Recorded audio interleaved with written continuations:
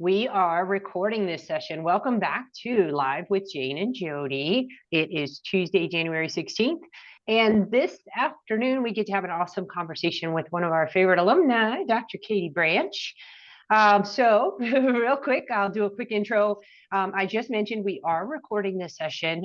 So feel free to turn on your cameras, unmute yourself, join our conversation. And just know that we'll record you and we post this later on our YouTube channel to share for future candidates to listen in. I am Jane Voorhees, one of the admissions representatives here. Anybody that's last names begin with letters M through Z, my job is really help you get ready for a successful interview. So whatever questions I can help you with, get you ready through prerequisites, connect you to alumni so you're getting some shadowing and good experience in the industry, whatever I can do to help you guys get here.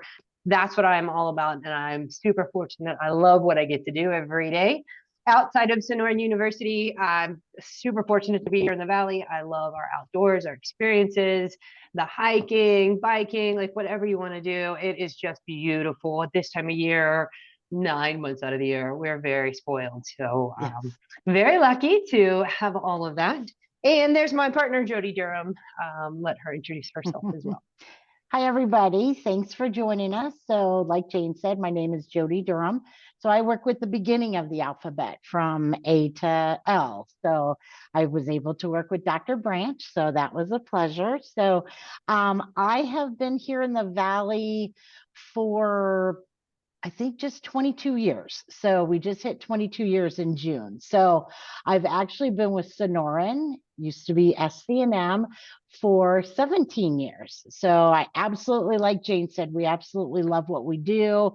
I can't imagine being anywhere else, or I would have never been here 17 years. So I love watching the students grow from the time they take their prerequisites to the time like Dr. Branch here as our alumni. It's very, very rewarding and we absolutely love it. So thanks for joining us. We always look forward to these and giving you guys as much information as we possibly can share with you. So awesome. Awesome. So I'm going to share a core value. We've recently just changed our core values as far as the bullet points within each core value. So this week I picked We Shape the Future. So I'm just going to move this around here so I'm not looking, so I'm looking at you guys. So within We Shape the Future, and of course, core values are beliefs of our institution. So with purpose, educating the next generation of evidence-based healers and leaders. Another bullet point within that We Shape the Future is through collaboration, embracing interprofessional relationships, by expanding knowledge, conducting research that improves health and well-being, and last but not least, through evidence-based principles, or while honoring the past.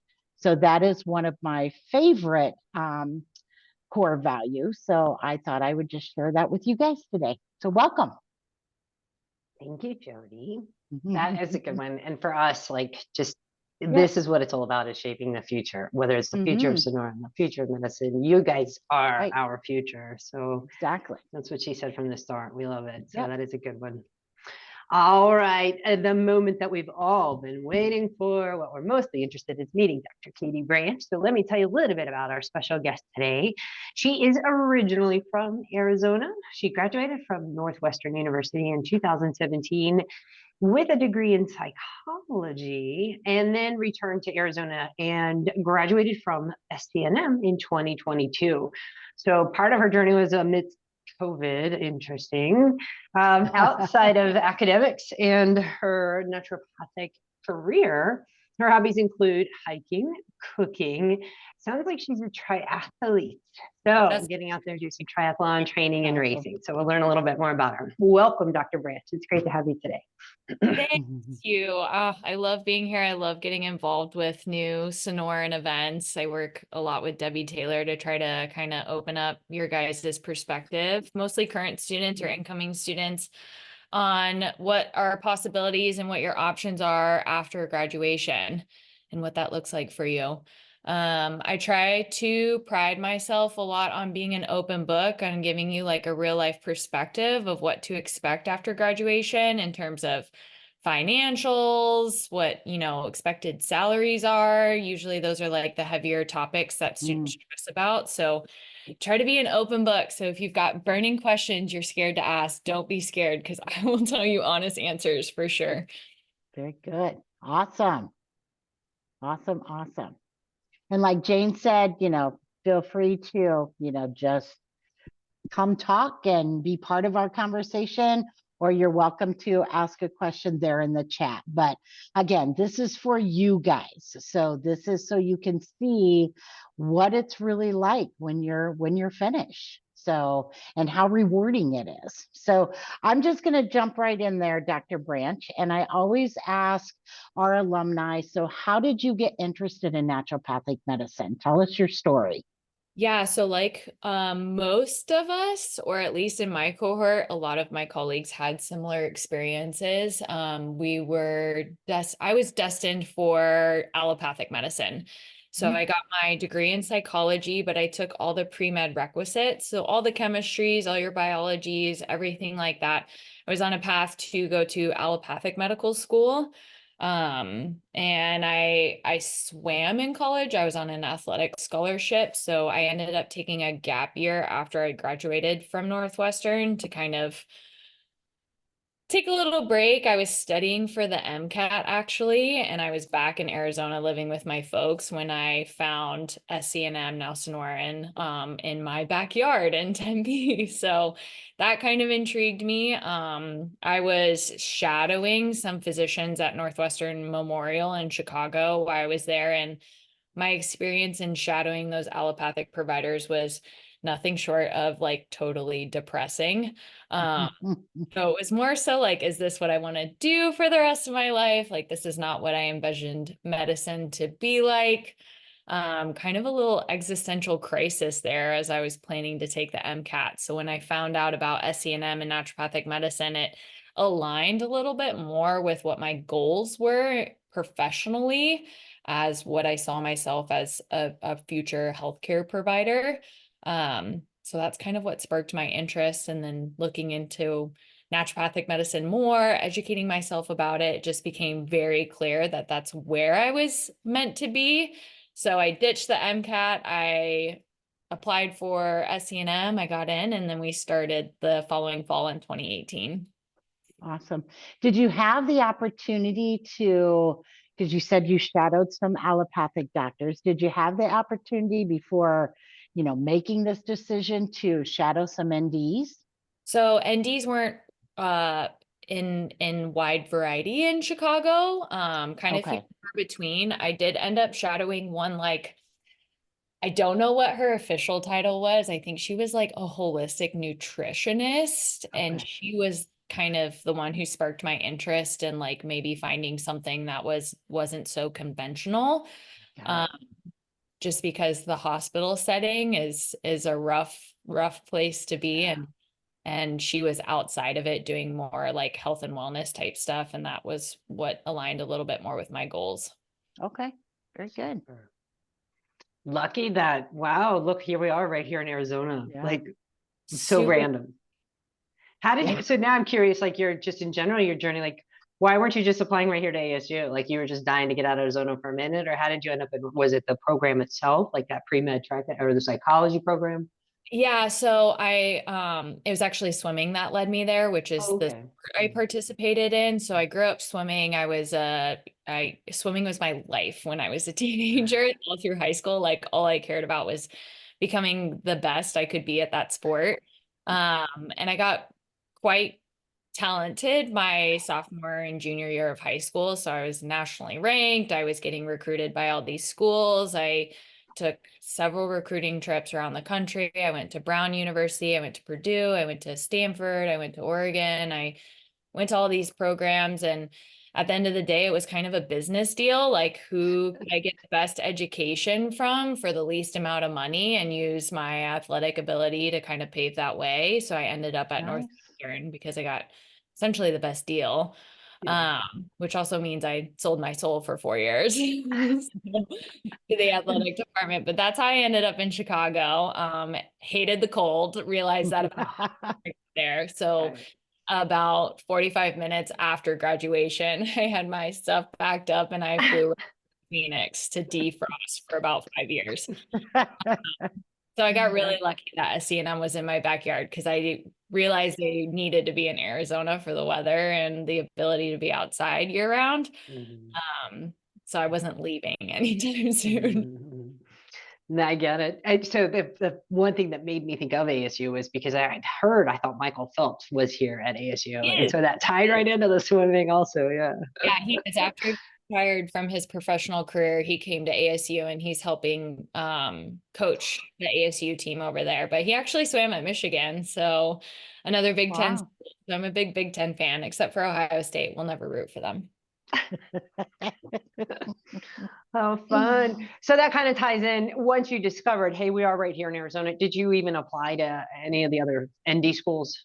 Not I even. didn't have any interest in moving or relocating again.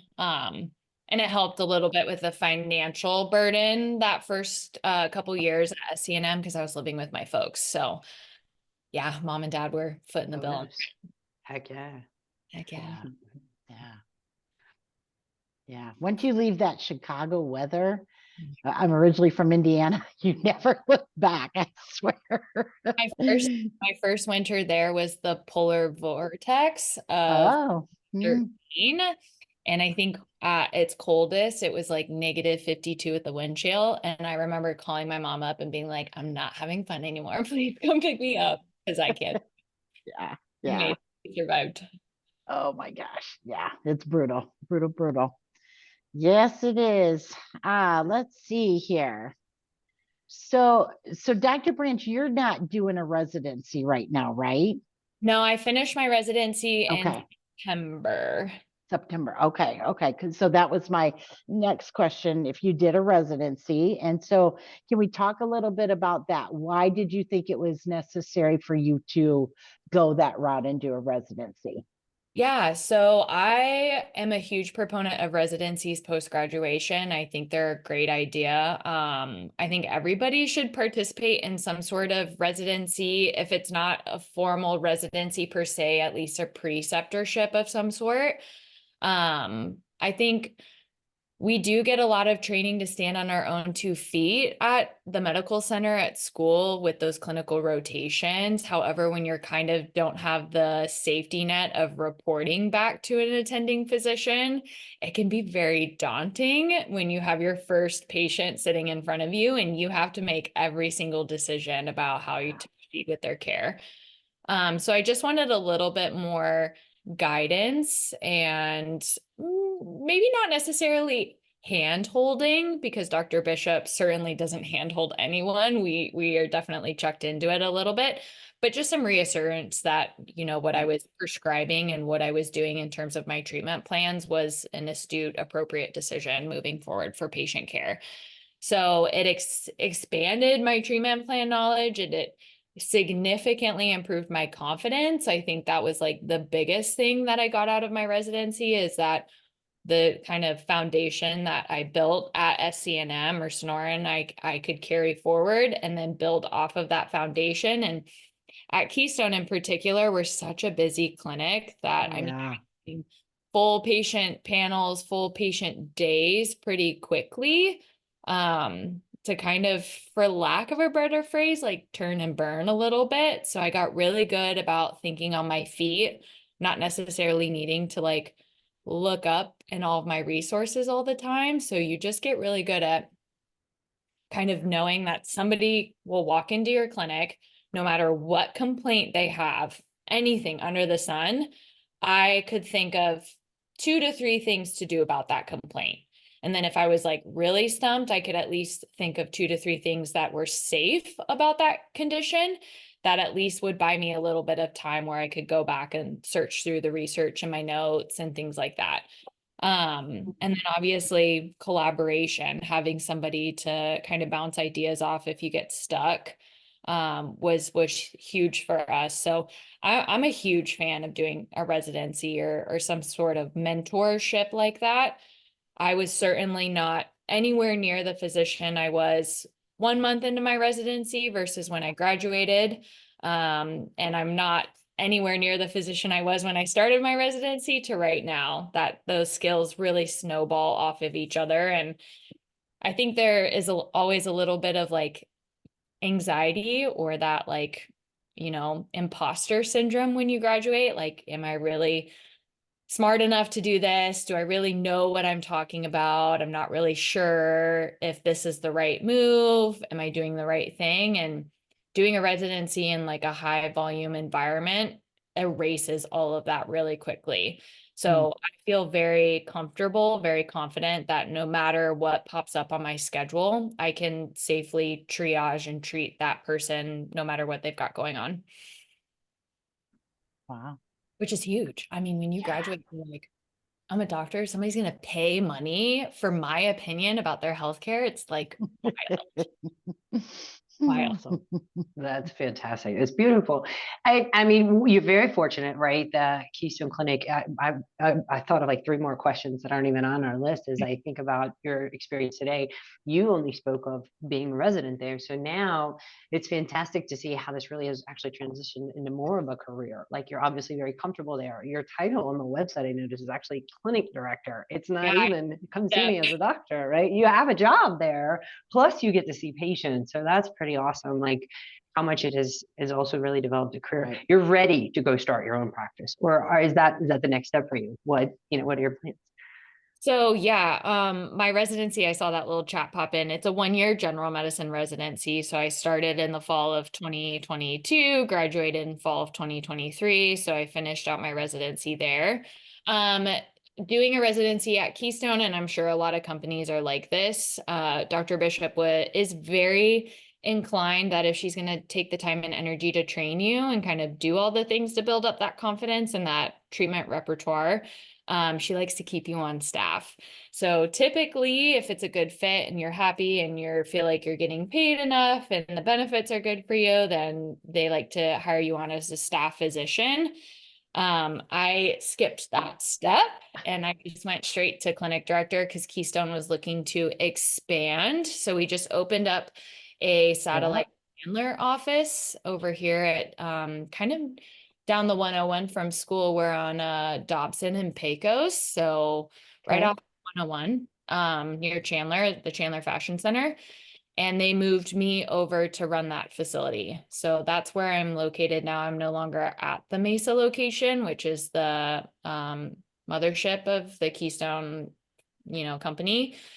So it's great. It's been a great move. That's kind of what I've always envisioned in terms of like opening up my own practice. I was never interested in coming up with a name or doing any of the marketing or getting like the legal stuff organized, all that stuff. I really just wanted to like run someone's company, like somebody else does all of that like heavy lifting work, because I just really care about the medicine. I just want to do the medicine. I want to see the patient care. I don't want to be thinking about inventory and marketing and things like that. So it was a good fix or a good relationship between Keystone and I. That's what my goals was to open a clinic for them. I made that very clear at the beginning of my residency that was my long-term goal, is to open up another office for them, run that office.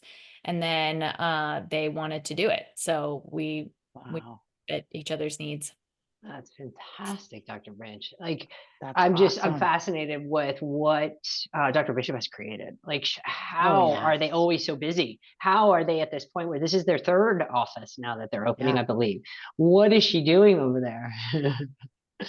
She's just serving the community. I mean, that's like the like foundation of what we do. We just serve patients. And obviously a lot of patients that we see have been burned by the conventional medical system. So I mean, I don't personally feel like you have to do that much to have patients appreciate what you're doing. You just have to care. And the conventional medicine world doesn't care that much. They're not taking the time to care. So if you do something as simple as like listen to your patients and what they've got Yeah. going on and care about what they've got going on, then I mean, that's half the battle right there. Yeah. Residency salary varies quite a bit. So a couple notes on that question that popped into the chat is, so most residency salaries are a little bit dependent on who the governing school is. So Sonoran comes out and says, if you're a Sonoran affiliated residency, you have to pay your residents at least this amount of money. So there's at least a minimum that Sonoran decides. So some of the residencies, at least here in the Valley, are facilitated by the Bastyr whole system and the CCNM system. Keystone was facilitated by Sonoran, so we checked in with Sonoran administration when we went in for our residency checks. I believe the current residency standard, we got bumped up to $55,000 per year. So that's the current residency offer, but as we grow, that will increase.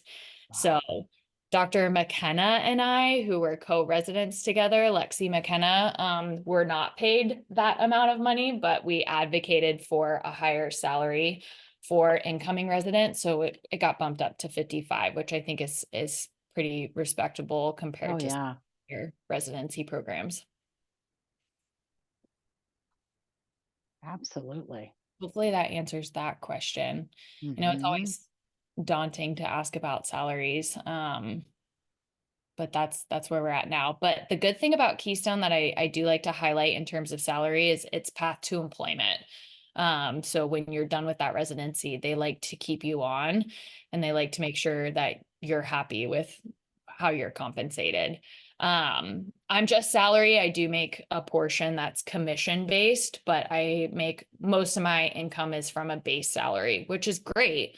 In my opinion, a lot of practices here in the Valley, if you don't do a residency, if you just start as an employee, are solely commission based. So you see 0 patients, you make 0 amounts of money, versus if I see 0 patients in a day, I still have a base salary to fall back on. So my commission incentives are just to kind of help keep my energy up and keep, you know, me wanting to see more patients every day and not sit here and twiddle my thumbs, which is not hard to do with how busy Keystone is. But I would highly recommend finding a practice that is mostly has a base salary, because being commission only can be extremely scary as a new grad. Oh, goodness. I think it'd be scary for anybody.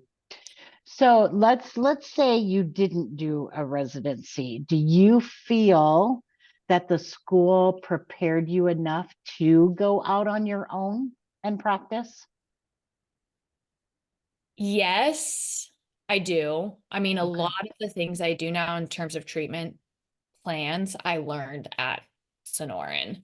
So Gotcha. I don't think that, you know, my residency treatment wise probably expanded a lot. I will say, pharmaceutically, my knowledge significantly expanded in a residency. Keystone kind of practices on the line between naturopathic and conventional medicine. So I do a lot of medication management. I would say about 50% of my patients are uninsured, so they don't see conventional providers for anything. And sometimes they just come in and they're like, I have high blood pressure, I want a med for it. And I'm like, great, here you are. So that certainly was maybe a weak spot for me in terms of graduating from SCNM, was just the pharmaceuticals. But a lot of the stuff I learned there, I use every day. So I think it was more so just like the more of the emotional side of it, the confidence building, the efficiency, being able to see a patient quickly and decide right then and there what I was going to do, versus, you know, having that reporting time where you like sit with it for a second, you quickly look up in your notes what you're going to do, and then you have the safety net of reporting back to your attending and telling them and double checking with them if that was an appropriate treatment plan. So it was more so the confidence building of being like, you got a rash, here's 10 things you can do for it, and this is what I think it is. Right, right. And I know Jane and I, as we're advising students, I know I'm always recommending residencies, just highly recommending it, just because I think it's that confidence booster, if anything, you know. Because that's got to be scary. You've been in a classroom for 4 years studying and taking exams, and then boom, here you are out on your own. Yeah, Yeah, very intimidating. really scary. That imposter syndrome is real. And you don't think you're gonna fall into that until you're there. Mhm. Until Right, that right. patient sitting in front of you, like, I'm dying, and you're like, do I think you're dying? Like, I don't know. Let's see. What's the average number of patients you see per week? Oh my gosh. I mean, I think Keystone is really unique to this situation. I probably see on average somewhere between, oh man, I've had some like 20 plus days here at Keystone. It can get a little crazy. Gosh, that's I would say crazy. average, I see somewhere between like 12 and 18 patients a day. I definitely have had my fair share of like 20 to 24 patients a day. Wow. So whatever that is times 5. Wow. I think in the month of December, which was it was my lightest month at Keystone because we opened up the new office. So we were trying to still kind of like build up the patient base here. I did 293 patient visits. So usually I'm more so in like the 350, close to 400 range for monthly patient visits. Wow. So it's quite a heavy load here. So that's pretty unique to Keystone. Realistic starting salary as an Wow. ND. That again is really dependent on whether or not you do a residency or not. Obviously, residents tend to be a little bit cheaper work, which is what the appeal is for companies to offer residencies, because there's a little bit more training involved. I would say a lot of my colleagues who didn't do a resident, I will say this. A lot of my colleagues who didn't participate in a residency and are now in their second year of post-grad, so they just joined a practice. They've been working for that practice. They didn't do any sort of residency, and now they're in their second year of working at the same practice. They were making more money than me when I was a resident, but now I'm making substantially more money than them as a post-resident. So sometimes you have to like bite the bullet a little bit at the beginning, get the extra training that you need, and then you have the ability to say, look, I completed a residency, I have this extra training, I'm worth $80,000, I'm worth $90,000.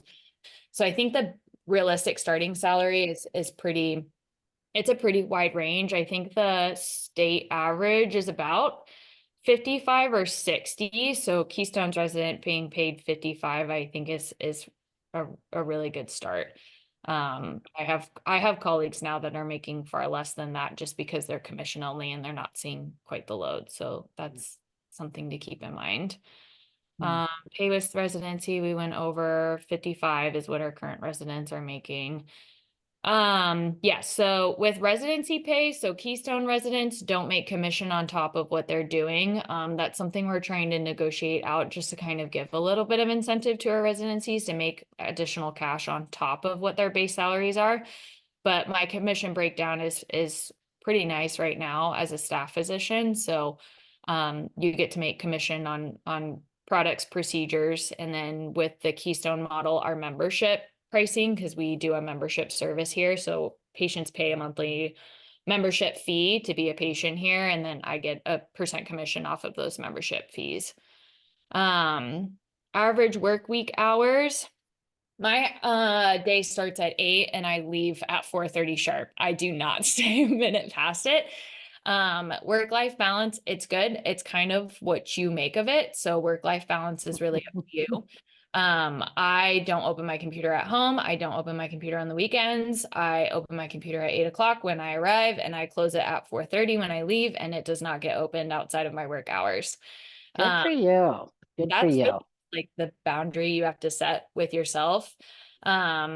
Also why I would highly recommend being a base salary employee. So you don't have to stress about that. You're not stressed about getting your own patients. You're not stressed about doing stuff outside of your working hours to make sure you still have a paycheck coming in. I know that if I go on a 2-week vacation and I need to take time for myself, I've got a base salary to fall back on too, and I don't need to be seeing patients in office to make that money. So I highly recommend finding somebody with a base salary, just so you know that if you're not there, you're still getting paid. Right. Um, if you have met other NDs from other schools, have you asked about their experience with those schools? In comparison, do you feel Sonoran was a great fit with opportunities they provided? Yeah, I did enjoy my time at Sonoran.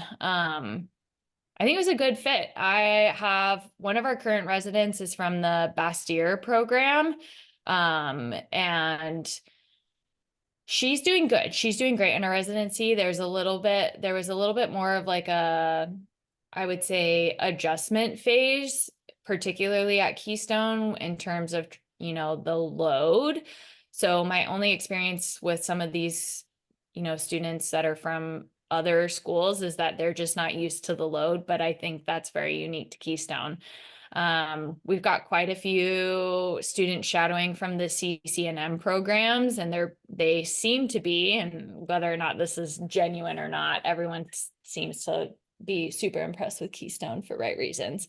But yeah, they're very admirable of the conventional naturopathic kind of mesh that we do at Keystone, and are super interested in learning more about like the pharmacology and things like that. I think the thing with some of the Canadian schools is their scope of practice isn't as great as it is here in Arizona, obviously. So that's the big thing, but they feel like, maybe perhaps their programs are lacking a little bit in some of that extra training. So they're reaching out to Keystone to get that load.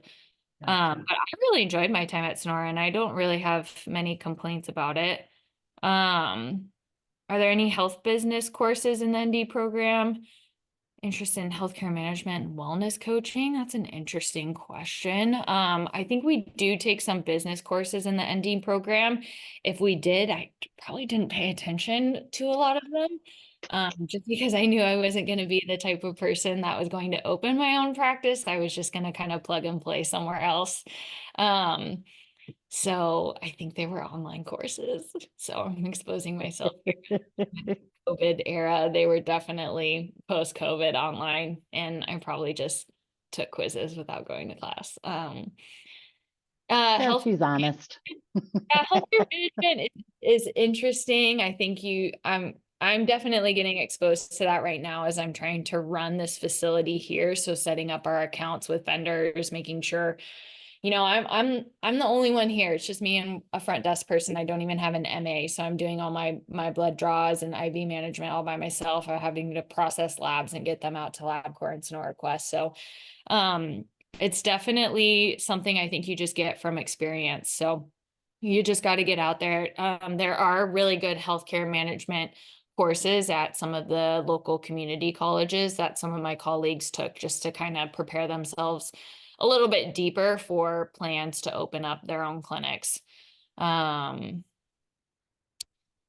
see. Where you're at right now, Dr. Branch, when did that practice open? We opened up our doors December 4th. Okay.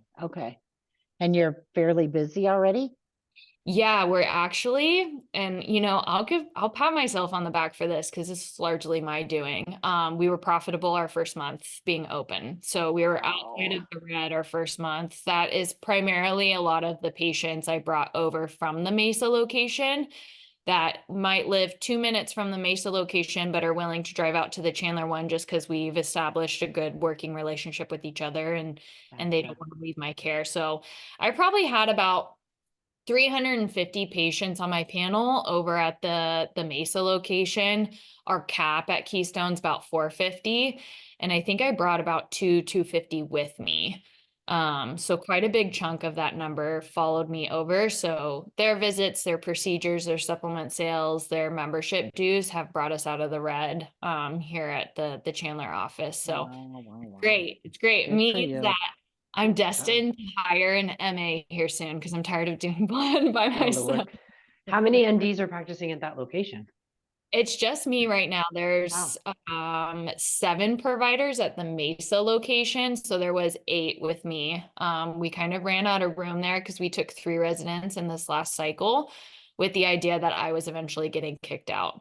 So they're kind of at capacity over there. We have capacity for, I would say, 5 or 6 providers here, 6 being on the kind of higher side with the idea that, in the next like 10-ish years, I'll eventually take a step back from patient care and maybe see patients 1 or 2 days a week, and then just help facilitate the management of this office. So we've got room for about 5 or 6 more providers. We'll be looking to hire in about June or July, if I do my job correctly, or take a resident in that cycle. So if you're graduating in June and you're thinking about doing a residency with Keystone, we'd love to have you. Wow. Yeah. Wow. All right, let's see here if I can catch up with some of these questions. Saying 55 is a good starting salary without doing a residency. I would say if you didn't want to do a residency and a clinic offered you 55 base salary with a 5 or 10% commission incentive on top of that, I would take that job. Grab it. Yeah. I would take that job because that's a screaming deal compared to some of these contracts that I've read that my colleagues are doing. Because some of them are like, I wouldn't sign that contract. And yeah. So if you're worried about contracts, you can definitely reach out via email. But yeah, I would say 55K non-residency with a commission incentive on top of it. I would take that contract. Do you ever find it hard to complete your patient documentation by 4:30? So yeah, very unique. Not very unique. I would say Sonoran is the only place I've ever experienced where chart notes and documentations have to be completed by a certain time. So if my chart notes take a week for me to finish, that's on me. So a lot of companies don't even sign their chart notes. Not that I would recommend that. But I usually I complete my chart notes in the visit. So I'm not usually like rolling over chart notes from patient visit to patient visit. Usually it's like signed during the appointment. So usually my chart notes are done by 4:30 sharp when I leave. If I saw a new patient from 3:30 to 4:30, because our new patient visits are an hour long and they have a lot of history that I need a more robust assessment plan, that chart note will be saved for tomorrow when I have a moment to go in and finish it. So I'm not doing any sort of finishing documentation at home. Nor am I super stressed about getting it done in some timely manner. So the documentation is what you make of it. I know a lot of facilities don't even sign their chart notes. They leave them open. Not that I would recommend that, but it's just up to you. So just SCNM is the only place that cares about when you get them done. Do you prescribe pharmaceuticals? What percent is all holistic and what percent is prescription medication? That's a great question. And I might ruffle some naturopathic feathers with this one.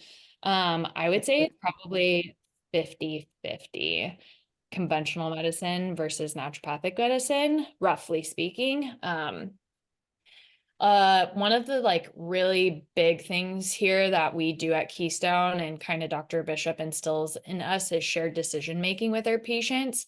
So we see a lot of uninsured patients, and sometimes if they're not paying for insurance, especially out in that Mesa location, just the demographics that are out there, budget is usually a pretty big concern.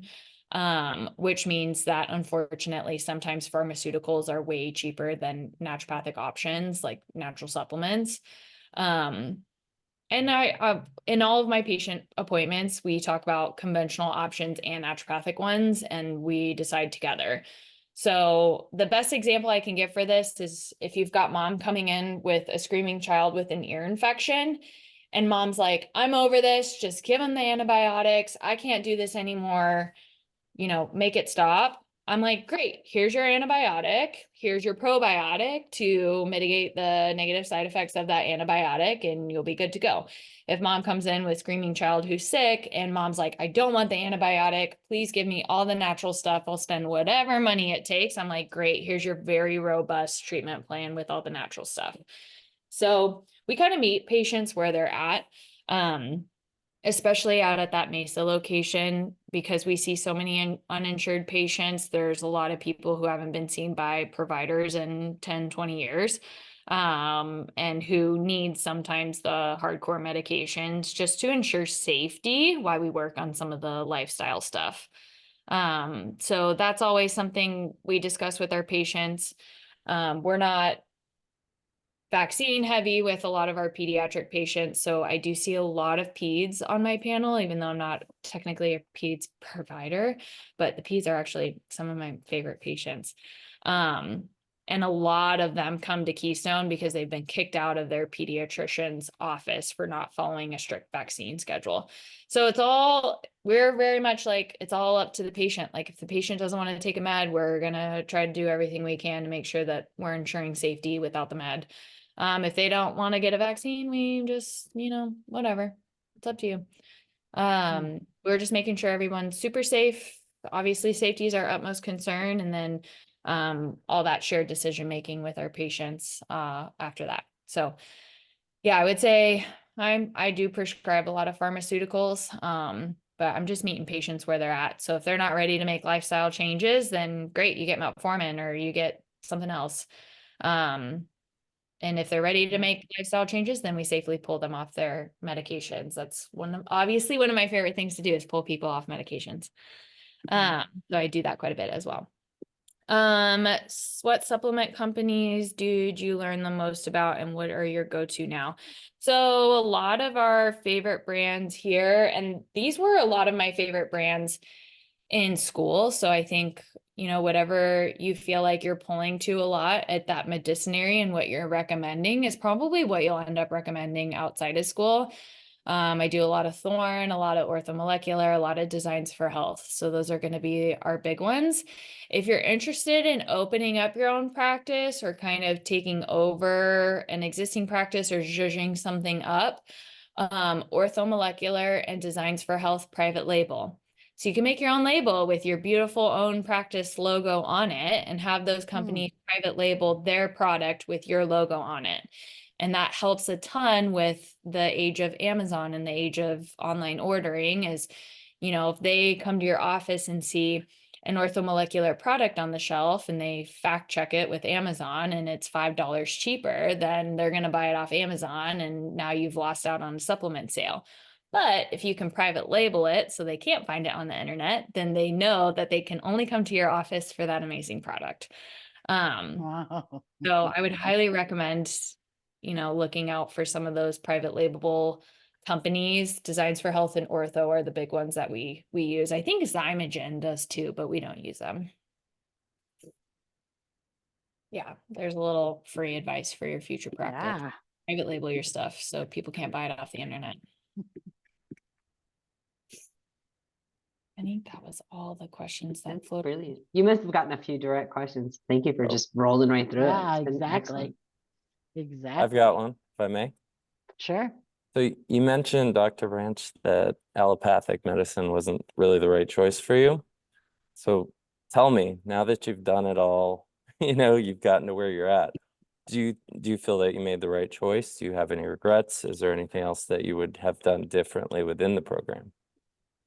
Yeah, I don't have any regrets. I definitely think I made the right choice. I think the only little hair of uncertainty about what would happen if our legislation got, ripped from us. And I think that's why supporting someone like Kristen Bishop, who is so active in making sure that our legislation stays exactly how it is, that we can continue to practice the way that we're practicing, is huge, getting involved in some of that. But no, I have no regrets. I'll never think about conventional medicine ever again.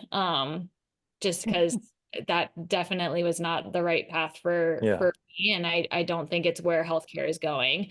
Even what I'm seeing now in the Chandler area, which tends to be a little bit more of an affluent area, people who have, high paying jobs with big time corporations are obviously getting phenomenal health insurance, are still opting to come here and pay cash to be seen by a holistic provider. So I think, I think health insurance as we know it is kind of on its way out, and people are going to be looking for naturopaths to kind of support their care. And if I may ask another, do you have some other visions for kind of, excuse me, aside from living with the parents during the first couple of years, do you have any other visions for, how you're going to pay down student loans, like other verticals, anything else? I know you said you don't really like the business side of things, but what else is on your mind? Right. I think that's why if you're looking to expand financially, whether that looks like owning your own practice or joining a practice that's already existing, I think you gotta just like think bigger than what's already existing. So if you want to open your own practice, great. Expect not to be paid a really good salary for probably 3 to 5 years, but your payout long term might be greater because if you can build something really beautiful and successful and profitable, then you're going to be good to go for a really long time. I didn't want to take that heavy of a risk. So I decided to join a company who is rapidly growing, who I could see that was rapidly growing, and make sure that I was doing everything I needed to and being extremely vocal about the fact that I wanted to help grow that company. And I think Keystone has the capability and the potential to have 8, 10, 12 clinics in the Valley. I think we can expand outside of these state lines. So my idea with that, my goal with that, and what I would encourage even this group of people to do, because Keystone only has 3 locations, for us to get to 8, 10, 12, we're going to have great physicians that probably come from Sonoran to kind of help us expand that much, is the idea that if I do what I'm supposed to do, I build up this practice, I hire great docs to come in, patients are happy, they're spending money, everyone's feeling like they're being taken care of, I will be eventually able to take a step back from patient care, but collect a paycheck without doing much work because we've built this up. So getting in with a company, being excited about maybe potentially opening up a branch for them or, expanding their current brand will give you the opportunity to not have to sacrifice those 3 to 5 years of building your own company while also still, kind of being profitable like you're a company owner. And you got to advocate for yourself. Like if you're doing a good job, recognize that you're doing a good job and say, look, if you don't pay me this amount of money, if I don't get this cut of the overhead, I'm walking. And don't be afraid to advocate for your skill, because I know a lot of NDs out there that are just trying to make big money and they'll undercut you as a new grad pretty quickly. And I think, for a while at the beginning, you gotta eat it a little bit. You're low man on the totem pole. But if you do a good job, your patients love you and you're proving that you're profitable, don't be afraid to ask for more. Very So hopefully cool. that Thank helped. you. Hopefully that answered it. No, that's awesome. And I can tell you're clearly passionate about what you're doing and kind of the path that you're on. So that's fantastic. And that's encouraging as someone who's so far out that I still have to go take care of my prereqs.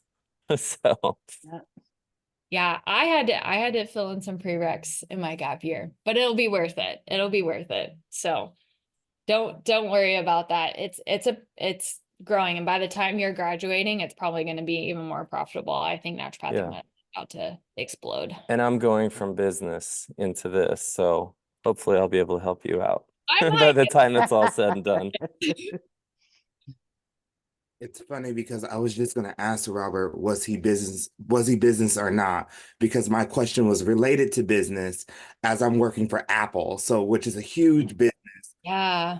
Constantly coming in contact with medical physicians, nurses, nurse practitioners, MAs all day long on a full part-time schedule. And so it's been really nice listening to what you've been saying, Dr. Branch, because when I was at UC San Diego getting my degree in psychology, similar to you, our paths are very similar. I had kind of got into it with one of my mentors because she said, well, how can you create a business like a branch of different doctors and not make the money? You can't just help medically indigent people and stuff like that. It has to make sense. And so now this is kind of bridging that gap, talking about business, talking about financing and all that. It's starting to make sense what she said. Now I understand what she meant by that with Medi-Cal and all these different HMOs and stuff. How was I going to create that? I was just jumping, I think, ahead of myself in a sense. And thank you for talking about the base salary position instead of commission, because as of right now, I'm currently working, base salary for Apple, hourly. And it's tough being pre-med. I'm pre-med biology. I went back, I'm doing post-baccalaureate. It's tough. So Robert, it is definitely possible. I had a gap year in between, actually a couple of years in between, because I was a graduate student at some point at Point Loma Nazarene trying to do biomedical. I was just all over the place, and I finally found Sonoran. And I'm just really grateful to hear like the testimonies of that it's possible to go from psychology to ND. Yeah. Yeah, it is. And I highly recommend it. And I think obviously I'm biased because I was a psych major, but if you came to me and you were like, I have my degree in psychology, I'm like, check, already like bonus points in my book and I would think I would feel the same about business. Like you're already have something unique to bring to the table.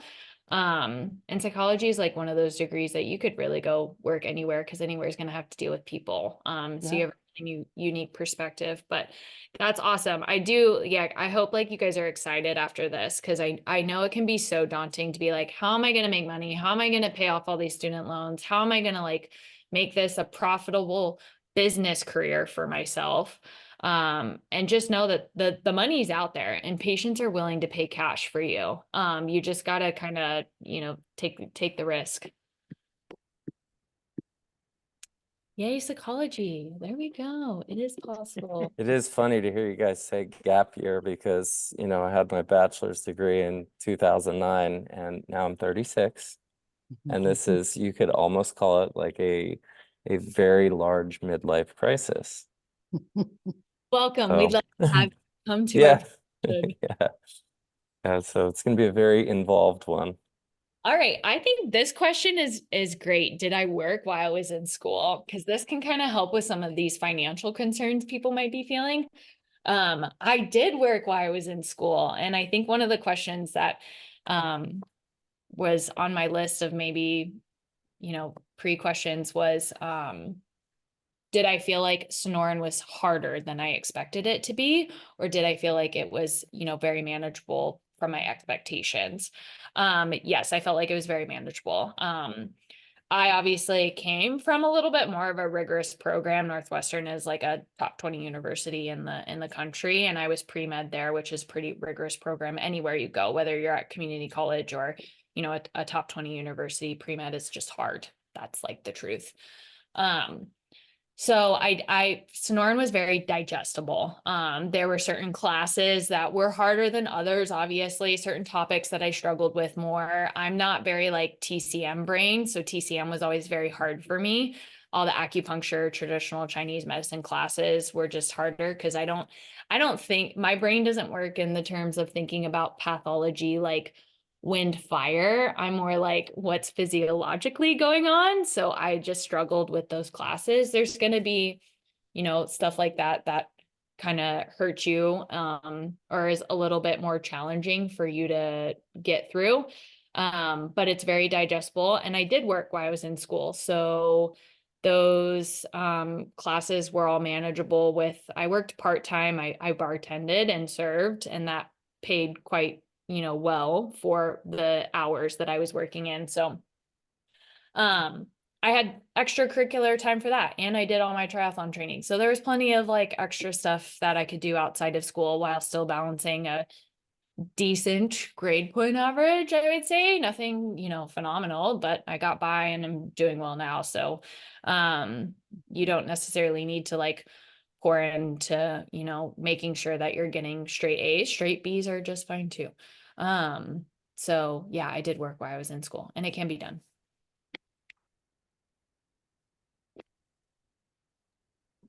And then I think I missed one. How do I recommend to get connected with NDs to shadow? Honestly, I would just find some companies that you're interested in and reach out, or reach out to Debbie Taylor. She'll put you in contact with some, tell her what you're interested in. And she's got a whole list.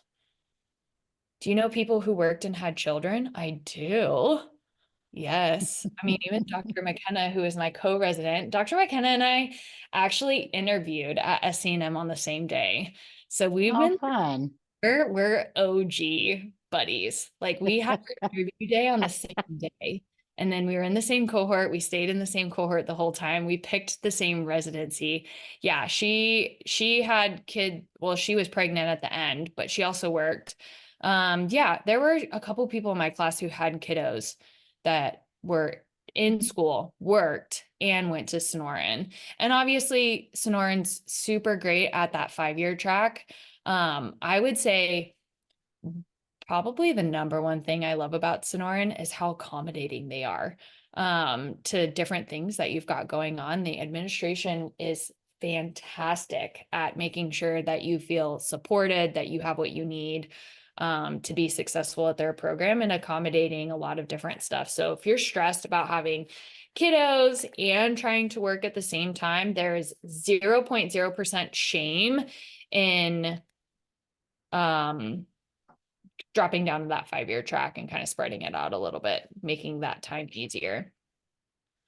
100K per year with dual degrees, biochem, economics. Wow, you're smarty pants. Yes, I can confidently say that I am 2 years out. No, not even 2 years out. I mean, I've been in practice for about 1.5 years, and yeah, we're there, hon. So you can definitely reach that 100K in less than 2 years. How about that? Good for you. Anything? Good for you. Significant amount of student loans I'd have to take out. Are there any other financing options you could recommend offset cost of school? I mean, student loans is just like an investment in yourself, and the interest rates these days on student loans, I mean, I'm comparing it to the housing market right now, which is crazy, but the interest rate is Right. super low. So Yeah. I mean, don't worry about it. And who knows? I mean, oof, man, this, like, we could go into like some deep rabbit holes here, and we definitely don't have time for that. But with certain political administrations, who knows what's going to happen with student loans? So I would maybe not be so concerned about that. Sonoran offers a lot of like federal work study positions too. So if you feel like you need a little bit of extra cash to kind of pay for rent or groceries, and so you don't have to take that out, like get involved in some of the federal work study stuff. I did microbiology TA for probably 2 or 3 years. I felt like forever, but it's a well-paid job. So I would say the less amount of loans, obviously, that you can take out is more important. Like, you might have to live like you're broke for a while, but might be good for you. Was there a staple meal that sustained your nutrition and your energy? I come from like a heavily rich Italian family, so we just like carb it up all the time, but pasta tends to be pretty cheap. So Right. that's always a staple meal in my house. Not very naturopathic of me. But yes, that's a staple meal. My mom's was ramen growing up, which is a pretty big one. You can buy that for like 19 cents at the store. So, ND is primary care, but how likely is it that you can specialize? You can specialize, but I would recommend not specializing right after graduation. Set your foundation right. Like, because if you want to specialize in, let's say, regenerative medicine, so you just want to do injections all the time, like you want to be the next Drew Timmermans, that's great. Go do some general medicine for a year or two. That way, when you ask your patient for regenerative injections and they're paying $3,000 to see you, and they come in and they're like, I think I have an ear infection. Do you know what I can do about this? You can sound astute and be like, yes, I do know how to treat that. Let me take a look inside of your ear and see what is potentially going on. That way you have a really good foundation that you can serve your patients really well, even if you're going to specialize later down the line. Like, build a good foundation that you're going to be a great physician, and then specialize. So that's what I would recommend in that aspect. Yeah. I hope everybody got what they needed out of it. If you didn't have an opportunity to ask your question, or you were too scared to, which I totally understand too, please email me. I'll type my email in the chat. This has been fantastic. Thank you so much, Dr. Branch. Like, Yes. just your honesty, your directness, like, it's been perfect. It's exactly what we enjoy these conversations. Yep. So thank you for sharing. Exactly. Of course. Well, hopefully everyone got what they needed. Hopefully. Thank you, everybody, for your participation. Thank This you. is Thank you, always everybody. Very Thanks, fun when it's everyone. engaging. This You was guys have Dr. Branch. questions. Thanks, Robert, Caleb, all the chat. Yes, yes. Priscilla, everybody. Dalen, always great to see you too. All right, guys. I Awesome. have a Good to Zoom. see you, Dr. Branch. Dr. Branch. Thank you so much. I'm Thank going to stop you. recording. Bye, everybody. All right. Thank you. Bye-bye.